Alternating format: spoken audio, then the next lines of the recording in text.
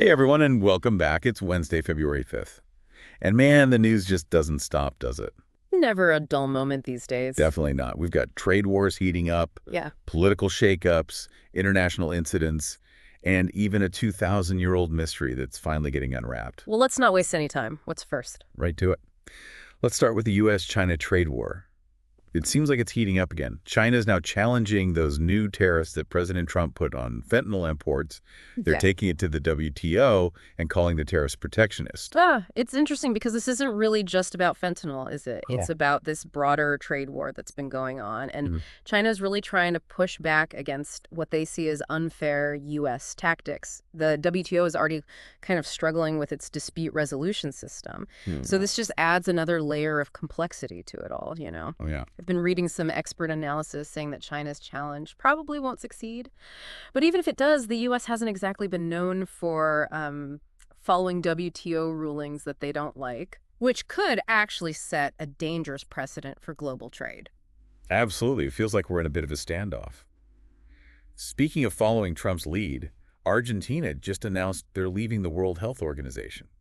Wow. President Milei says they have some really deep differences over how the WHO handled the pandemic. This is big. I mean, the WHO is already facing a lot of criticism. Yeah. And for a major country to pull out like this, it could really weaken their authority.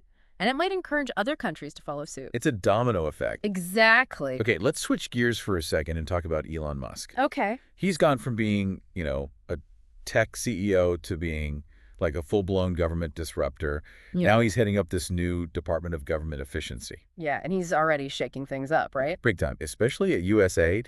Yeah, that's right. He's freezing their funding and accusing them of being wasteful. Right. And it seems like he really wants to shrink the agency down. Thousands of employees are being placed on leave.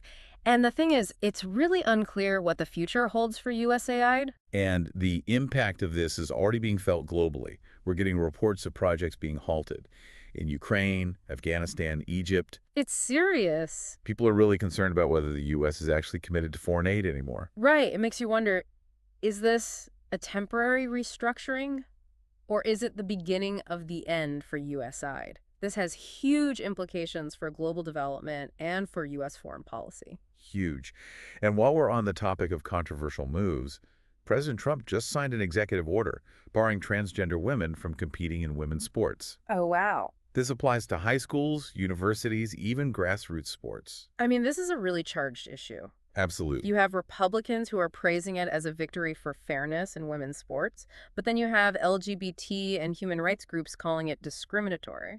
It's a debate that's not going away anytime soon. No. This is going to spark a lot of debate, a lot of legal challenges, Yeah. and the implications for transgender rights for the future of sports. Huge. Yeah, this is something we're going to be talking about for a while. Definitely a long-term conversation. Okay. Okay, let's shift gears a bit and talk about international relations. Okay. Indian Prime Minister Modi is meeting with President Trump next week, and I'm sensing some potential bumps in the road.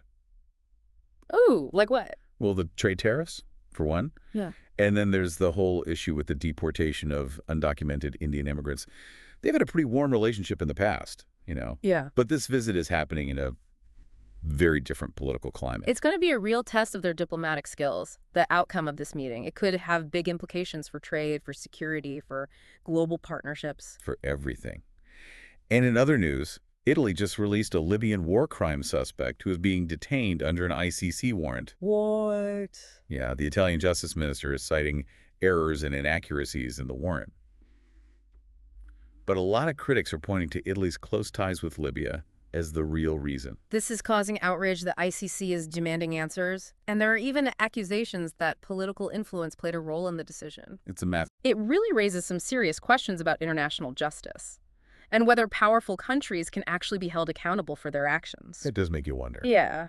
Okay, let's move on to a different story. There's a new Aga Khan. Oh, right. Prince Rahim al-Husseini is taking over. He's the new spiritual leader of millions of Shia Ismaili Muslims around the world.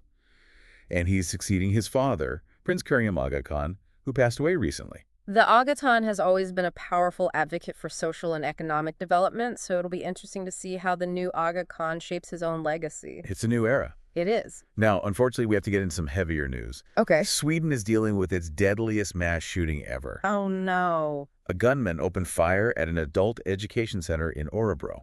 And sadly, 11 people were killed, including the gunman himself. That's awful. It's a huge shock for Sweden. These kinds of incidents are incredibly rare there. The gunman was a recluse, and here's the thing, he legally owned the firearm. So, of course, this is sparking a huge debate about gun control, even in Sweden. You never think it could happen in a place like that. I know, it's a reminder that no country is immune to gun violence. That's true. And speaking of tragedies, there's been a magnitude 5.2 earthquake. It just hit near Santorini in Greece. Wow, wasn't there talk of tremors in that area recently? There was. Yeah. And thousands have been evacuated just as a precaution. I hope everyone's all right. Yeah, it's a beautiful area, Santorini. Right. But, you know, it sits right on a volcanic arc. Right. So earthquakes are always a risk there. Absolutely. Thankfully, there haven't been any reports of major damage so far. That's good to hear. It is, but it's a stark reminder of the power of nature. For sure. And there's been another devastating event, a fire at an Islamic school in northern Nigeria. Tragically, 17 children have lost their lives. It seems like the fire started in a nearby house, and then it spread to the school. And the children were sleeping when it happened. That's just heartbreaking. I know, investigations are ongoing to determine the cause, but it's just an unimaginable tragedy for those families and the community. Absolutely unimaginable. But even amidst all of this difficult news, you know, there are glimmers of hope. Oh, yeah. Johannesburg, a city that was once known for its really high crime rate, it's making a comeback. Really? Revitalized neighborhoods, the crime rate is dropping, new residents are moving in.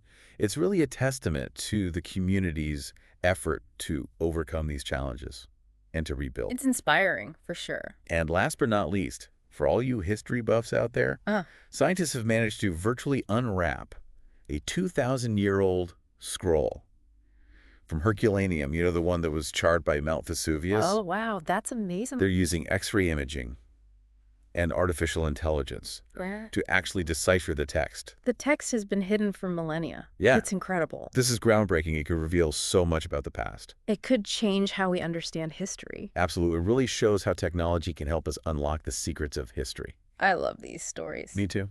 They give you hope. They do. It's interesting to see how Elon Musk's approach to things, you know, from Silicon Valley is playing out in Washington. Yeah. He's brought this whole move fast and break things mentality to the government.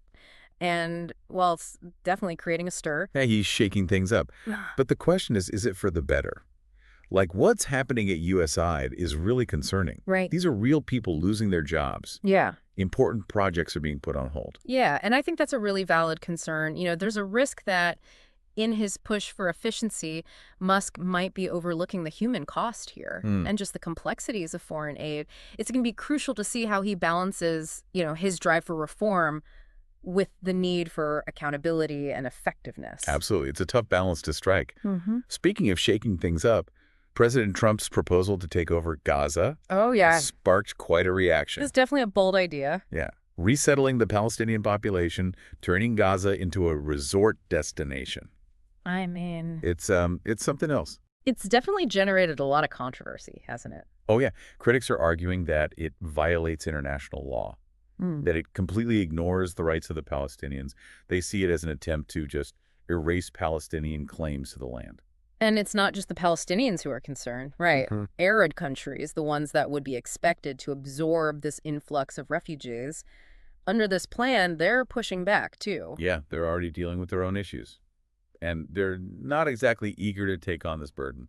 It's also important to remember that Gaza has a really long and troubled history. It's been marked by conflict, by humanitarian crises, and a lot of people feel like Trump's proposal is just overlooking all of that context. It leads people to question how feasible it really is and what the long-term implications would be. It's already a delicate situation. Yeah, And this proposal is just adding another layer of complexity. for sure. The ceasefire between Israel and Hamas is already really fragile. It is. The international community is definitely watching this closely. This has the potential to reshape the entire region. Absolutely, it's a big deal. Okay, shifting focus back to international justice for a moment. Yeah. The release of that Libyan war crimes suspect by Italy, it's raising serious concerns. It's a huge setback for the International Criminal Court, for sure.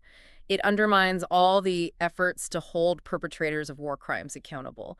And, there are a lot of critics questioning whether Italy bowed to political pressure from Libya. It does make you wonder about how effective international law really is, especially when you have powerful countries involved. Right. It's a reminder that the pursuit of justice, it can be a really long and difficult process. Yeah. And it's often hampered by political considerations. Absolutely. So much to think about there. But on a more positive note, Okay. Johannesburg's transformation is really something else. It's a fantastic story. It's a real testament to the power of human resilience. It's amazing to see how a city that was once just synonymous with crime and urban decay is now experiencing such a resurgence. People are returning to the city center. Businesses are thriving. There's this real sense of hope there. It really is a story of community effort and just this shared vision for a better future. I think it's a reminder that even in the face of adversity, positive change is possible. Absolutely. It's inspiring. It is. And finally, let's circle back to that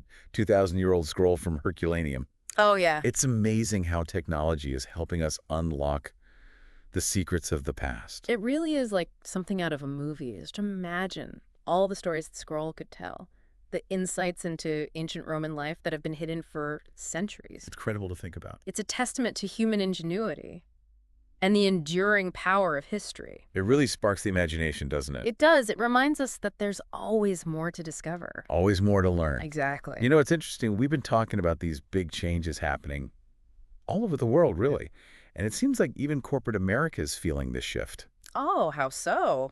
Well, Google just announced that they're dropping their diversity recruitment goals. And this has sparked, kind of a debate about DEI initiatives, especially with President Trump back in office.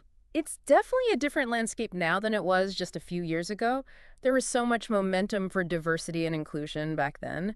And now it feels like some companies are pulling back, maybe because of pressure from shareholders. Maybe it's the changing legal landscape. It could be a lot of things. Yeah. Some companies like Apple, they're holding firm to their DEI commitments. Yeah. But this issue is definitely far from settled. Not at all. There are some really strong opinions on all sides. It's about finding that balance, Right. How do we make sure there are equal opportunities for everyone without creating, unintended consequences? Yeah. It's complex. It really is. Well, from corporate America to the global stage, it seems President Trump is back in the news again.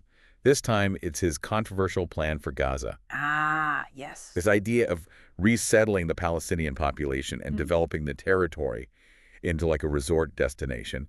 It's been met with, let's just say, mixed reactions. To put it mildly. It's exactly. Well, it's definitely a divisive proposal. Some Israelis, especially those on the right, they see it as a potential solution to this conflict that's been going on for so long. They argue that Gaza is essentially unlivable and that resettling Palestinians would actually offer them a better life. Of course, Palestinians in Gaza, they're outraged. Rightfully so. They see it as an attempt to just erase their presence. Yeah. Erase their claim to the land. And the Arab countries, the ones who would have to absorb a large number of these refugees, they're also expressing concerns. And the international community is watching all of this very closely. Absolutely. You have a lot of legal experts saying that this forced displacement would be a violation of international law. It's definitely raising ethical questions about the rights of Palestinians and the role of the U.S. in the region. It's volatile. It is. It's a volatile situation. There are no easy answers here. No, and Trump's proposal has just added to the tension and this uncertainty about the future of Gaza. It's a situation that requires really careful diplomacy and a deep understanding of the historical context. Absolutely. It needs a real commitment to finding a solution that respects everyone, a solution that respects the rights and aspirations of all the parties involved. I think that's a good place to wrap things up for today.